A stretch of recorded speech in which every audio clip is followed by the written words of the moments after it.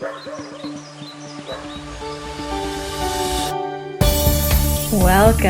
to the Dive Heart First podcast, where we explore the connection between the head and the heart and where science meets spirituality. I'm your host, Jenn Walker, and if you feel like you are at a crossroads, you can feel like you're at this major brink of this huge life transition. Yet, maybe for the first time, you have no idea what's next. If this sounds familiar, then get excited, and this episode is for you. Recently, I've been having a lot of conversations just like this one, where people can feel like this transition, like something's happening, things are changing. Could be in their full life, it could be in areas of their life, yet maybe for the first time ever, they have no clarity. And that's freaking them out a little bit. So I've had quite a few different connection calls with people where this was the case. And so I have this free half an hour connection call available to anyone. And I've been noticing that people are booking in because they're interested in clarity. And I love clarity. Clarity is fantastic. And with this certain group of people, I've noticed certain patterns or trends or themes emerge as I started to ask more questions and dig a little deeper. And what I got with this group of people is that lack of clarity was not the issue. The issue was thinking that they needed clarity. So let me explain. Because usually, if we can see the path clearly, we're actually not on our path. Sit with that one a little bit. And if you're like, but I can see my path clearly, then great, stay on that path because that's going to get you to your path anyway. Okay, so we can't mess this up. We're always on path, but anyway, that's a conversation for a whole different time. So to explain this, let me get into a model that I thought was like very profound when I learned it. And it's a model created by Michael Bernard Beckwith, and it's the 4 levels of consciousness. And in these 4 levels, it starts with level 1 as to me.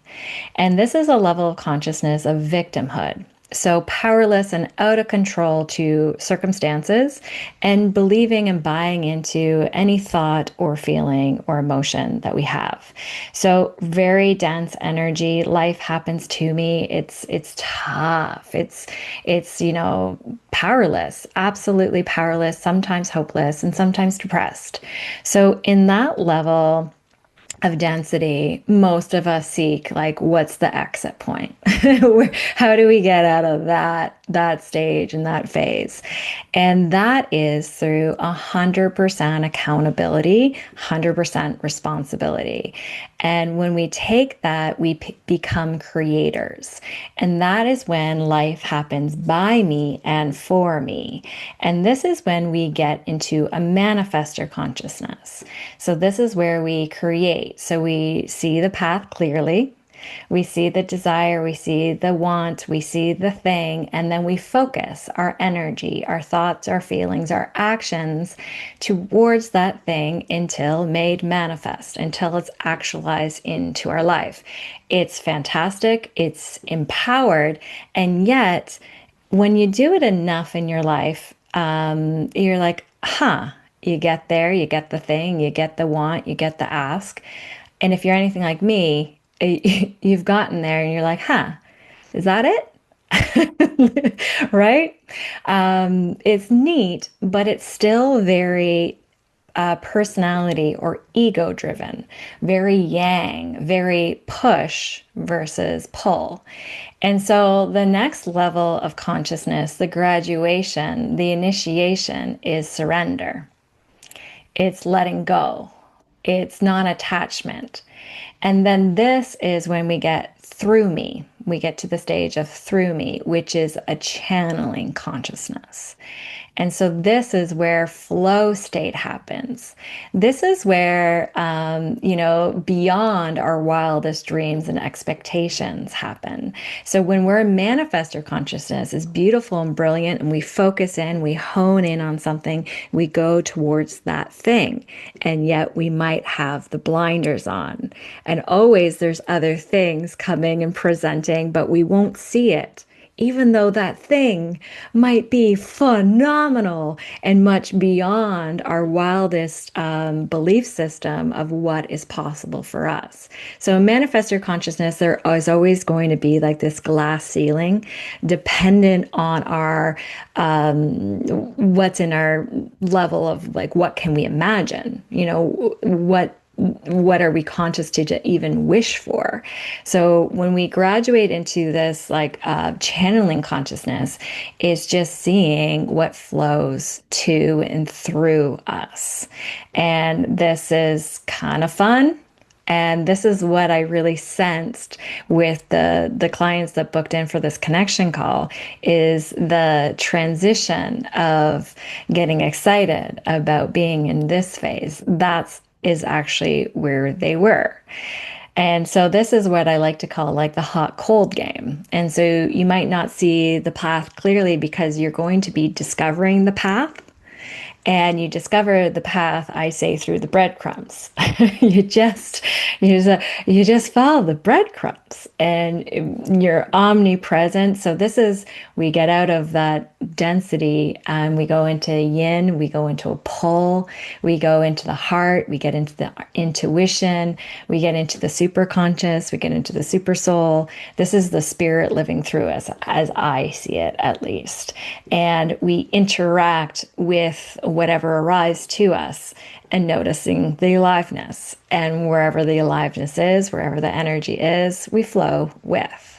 So that's fun. And if this feels like where you're at and you're like, I'd like to get a little bit more into this and discover and play with this, feel free to book yourself in for a half an hour connection call with me. Then let's get into the last level, because I think we're actually collectively going to be moving into this next phase and this next level of consciousness now. And I'm kind of excited about it. So the next phase of consciousness, the initiation or graduation, is to dissolve the distortion, delusion of separateness.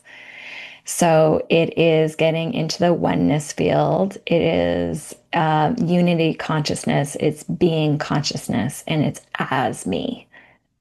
And so recently, collectively, culturally, individually, we have been noticing and witnessing a lot of polarity and a lot of judgment of that polarity as right and wrong, good and bad, right? And what this consciousness is integrating and accepting and owning all of it, as we are all of it. So as we point a finger at someone else, there's always three fingers pointed at us. And usually what we see in others that we don't like and that are not in our preference is actually something that we've disowned in ourselves. And so by accepting it, owning it, loving it, welcoming it, we become whole. Love consciousness. No big deal. I think that's where we're going. I think we've had some scrappy years. Like, I don't know if anyone has gone through these years, these last few years, unscathed. It could be on an individual level, it could be on a community level, and it could be on a collective level. But from my experience, we've gone through it, and we've gone through it to graduate into different levels of awareness or different levels of consciousness. And I'm here for it. And one thing I have to say about these levels and stages is it's not linear. And we keep on flipping, flopping back and forth through all of them all the time, and you might be a master of one area of your life and pretty much live in one level in that area, but be in a completely different area in another area of your life. I know I slipped into a victimhood level this morning, so for me, it's this, you just going in and out of these phases. So it's not like, no, I graduated and kind of get like this ego about your spirituality or your consciousness. It's just this ever fluid movement and awareness through. So anyway, I thought I'd share that because to me, that was very, very profound. And it's something that has really stuck with me. And it's something that I just bring my awareness to often when I have the wherewithal to kind of zoom out and notice myself. So there you go. So that is what I would invite you to see today, is just notice with different thoughts, emotions, circumstances, areas of your life, and just literally moment by moment, what level of consciousness, what lens are you looking at that through? I'm not judging it, not making it right or wrong, just it is. And with that, that's it.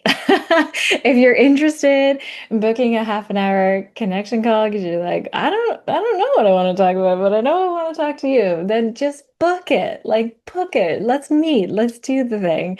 But other than that, thank you so much for spending part of your day here with me. I love you. And go out and have an absolutely tremendous day.